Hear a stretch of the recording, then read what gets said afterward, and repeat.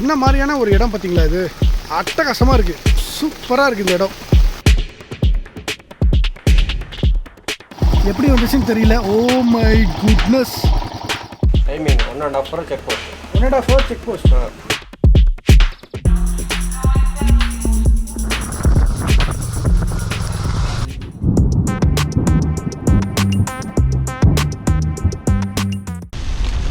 சதீஷ் என்ன சிரமம், ஹிமாலயனில் ஜாலியாக என்ஜாய் பண்ணிட்டு வருவான். பட் டயர்ட்னஸ் இருக்கும். பட் அதுவும் ஒரு ஜாலி தானே. சேஃபாக வரணும். அது வந்துடும். நாமளே மெதுவாக தான் போயிட்டுருக்கோம். நாமளே 30 தாண்டல.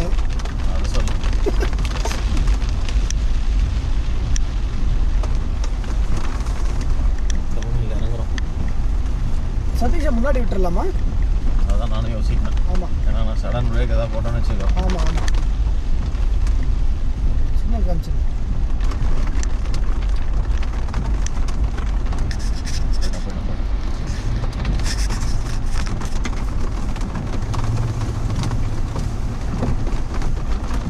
நம்மளோட தீமுக்கு ஏற்ற மாதிரி இன்டு தி காட்ஸ்னால் வந்து சும்மா கிடையாது. காட்ஸோட டெரெயின்ஸ் எல்லாமே ரொம்ப டிஃப்ரெண்ட்டாக இருக்கும்.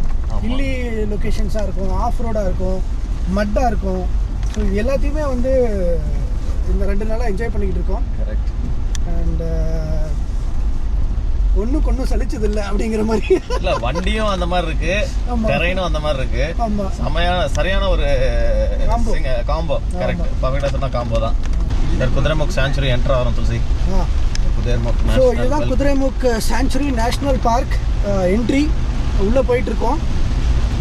பயங்கரமான மலை. கரெக்டாக நம்மலாம் எங்கெங்கெல்லாம் வந்து ஒரு புது என்ட்ரிக்கு போகிறோமோ அங்கெல்லாம் மழை வருது. ஆனால் ஒரு சேலஞ்சு தான். நல்லா 45 கிலோமீட்டர் காட் செக்ஷன் ரோட்டில் 1.5 மணி நேரம் கரெக்டாக டைமிங் மெயின்டைன் பண்ணால் மட்டும்தான் போக முடியும். கண்டிப்பாக. ஸோ ஐ திங்க் இது ட்ராவலர்ஸ்க்கு ஒரு கேட்ச் தான். 10ல் 5லேருந்து 6 பேர் கண்டிப்பாக வந்து அந்த ஃபைனை கட்டி தான் போவாங்கன்னு நினைக்கிறேன். இல்லை, பட் இதுக்கு ஏதாவது ஒரு கிரேஸ் பீரியட், ஏதாவது 5 minutes 10 minutes கிரேஸ் கொடுப்பாங்களா அப்படின்றது நம்ம அந்த அடுத்த செக் போஸ்ட் போனால் தான் தெரியும் இல்லையா துளசி? கண்டிப்பாக. அதுவும் இல்லாமல் இது கார்டு வந்து QR கோட் எனேபிள்டு. ஸோ அதனால் டைமிங்லாம் பக்காவாக கேப்சர் ஆகிடும். ஓகே. அதனால் வந்து 1 நிமிஷம் 5 நிமிஷம் 10 நிமிஷம் அப்படின்லாம் ஏமாற்ற முடியாது. கரெக்டாக அவங்க வந்து அங்கே போனோன்னு ஸ்கேன் பண்ணுவாங்க. நம்ம எவ்வளோ நிமிஷத்தில் வந்தோம் அப்படிங்கிறது தெளிவாக தெரிஞ்சிடும். ஸோ நமக்கு இப்போ அதை ஒரு சூப்பரான இன்ட்ரெஸ்டிங்கான விஷயம் என்னென்னா, நாம் இப்போ அங்கே போய் பார்க்கலாம் நம்ம எவ்வளோ நேரத்தில் வந்திருக்கோங்கிறது. சூப்பராக இருக்கும். ஒரு ஃபாரஸ்ட் செக் போஸ்ட் இந்த அளவுக்கு ஆர்கனைஸ்டாக இருக்கிறது இங்கே தான் பார்க்க முடியுதுன்னு நினைக்கிறேன். அதுவும் QR கோட்லாம் வச்சு ரொம்ப ஆர்கனைஸ்டாக வச்சுருக்காங்க. அதே மாதிரி அங்கே இருக்க கார்ட்ஸும் வந்து ரொம்ப பொலைட்டாக இருந்தாங்கல்ல. ஆமாம், பொலைட்டாக கேட்டதுக்கெல்லாம் சொன்னாங்க, எக்ஸ்பிளைன் பண்ணாங்க. அது நல்ல விஷயம். நம்ம இந்த ரூட்டில் தான் அந்த கோஸ்ட் டவுன் ஒரு கத்துல கேட்டிங்களா அவர்? ஆமாம், இன்னொரு 8 கிலோமீட்டரில் கோஸ்ட் டவுன் வரப்போகுது. அதை நம்ம அப்படியே நீங்கள் கவர் பண்ணிட்டு போயிடலாம் அப்படின்னாங்க. குதிரமுக் அப்படின்னு பெயர் வந்தது காரணம் என்னென்னா, இந்த இடத்துல வந்து ஒரு மலை இருக்குது. அந்த மலை வந்து குதிரை மாதிரியே இருக்கும். அதுக்காக தான் குதிரமுக்குன்னு பேர் வச்சுருக்காங்க. பட் நம்ம கார்லேயோ இல்லை ஜீப்லேயோ கூட அங்கே போயிட முடியாது. ஆக்சுவலாக அதை ட்ரக் பண்ணி போகக்கூடிய இடம். ஸோ இங்கே நம்ம பைக்கையோ காரையும் நிறுத்திட்டு நடந்து தான் போக வேண்டியதாக இருக்கும். ஆனால் இந்த ட்ரிப்பில் வந்து அதுக்காக பிளான் பண்ணலை. ஸோ அதனால் அதை வந்து நம்ம மிஸ் பண்ணுறோம்.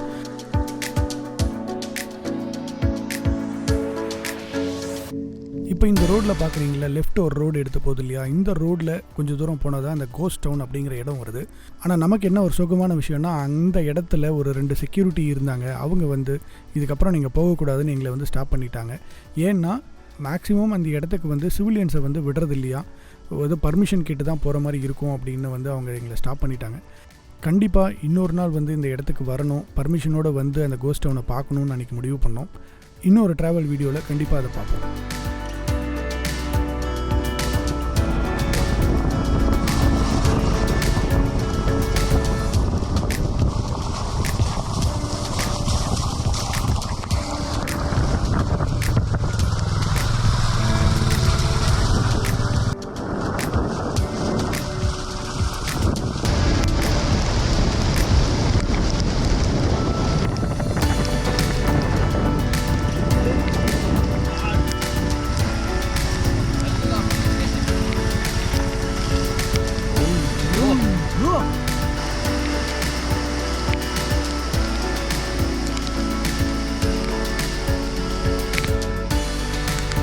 என்ன மாதிரியான ஒரு இடம் பார்த்தீங்களா? இது அட்டகாசமாக இருக்குது, சூப்பராக இருக்குது இந்த இடம்.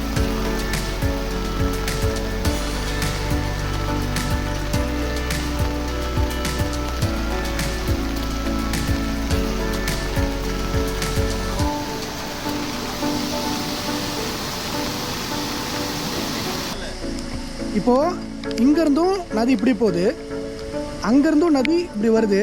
இந்த ரெண்டு இடத்துல சேர்ந்து இங்கே இப்படி போகுது. ஸோ சூப்பராக இருக்குது.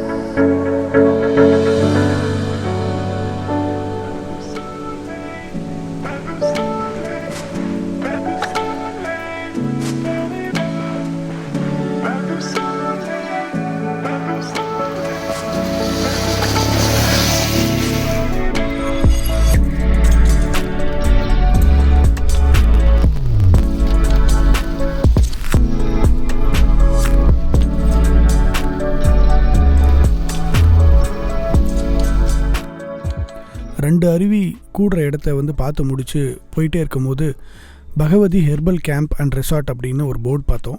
ஸோ ரொம்ப தூரம் மலையிலே நினைஞ்சிட்டு வந்து ரொம்ப தூரம் ட்ராவல் பண்ணதுனால சரி இங்கேயே தங்கிடலாமா அப்படிங்கிற ஒரு முடிவும் எடுத்தோம். ஸோ லெஃப்ட் எடுத்து அந்த ரெசார்ட்டை நோக்கி உள்ளே போயிட்டே இருந்தோம். வே டு ரிசப்ஷன் இங்கே தான் இருக்கட்டும், உள்ளே போகலாம்டா.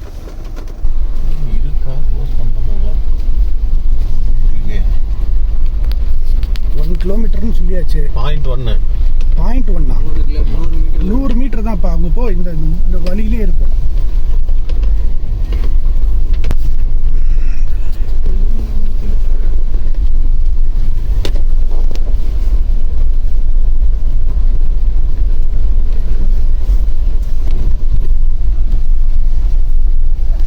வண்டி போகலாமான்னு தெரியல, நம்ம பாட்டு வண்டி எடுத்துகிட்டு போயிட்டு இருக்கிறோம். இது என்ன 2 வண்டி போகிற மாதிரி தானே அழகாக வச்சுருக்காங்க, 2 பார்த்து. அப்புறம் என்ன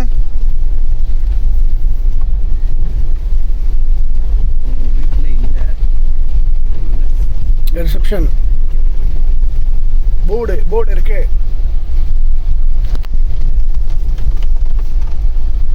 பகவதி ஹெர்பல் கேம்ப்.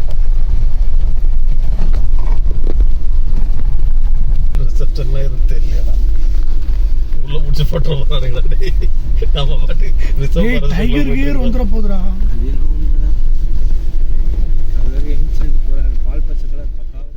ஆனால் எங்களுக்கு அதிர்ச்சியான விஷயம் என்னென்னா, இந்த ரெசார்ட்டில் ஆன்லைனில் புக் பண்ணிட்டு தான் வந்து தங்கணும் அப்படின்னு சொல்லிட்டாங்க. அங்கே போய் விசாரித்த உடனே அங்கே தங்க முடியாததுனால வருத்தத்தோட ஆகும்பேக்கே போயிடலாம் அப்படின்னு திரும்பி வந்துட்டோம்.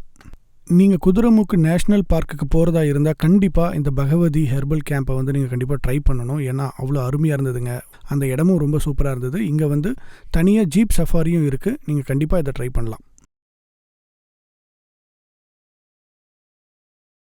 பார்த்தீங்களா, இங்கே பாருங்கள் அட்டை, பைக்கு மேலே அட்டை வந்துருச்சு.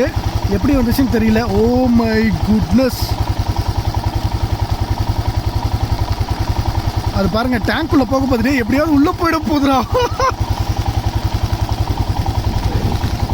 ரத்தம் குடிச்சது போதாதுன்ட்டு இப்போ பெட்ரோல் குடிக்க வந்திருக்குது. ஆமா, சூப்பரா இருக்குல்ல.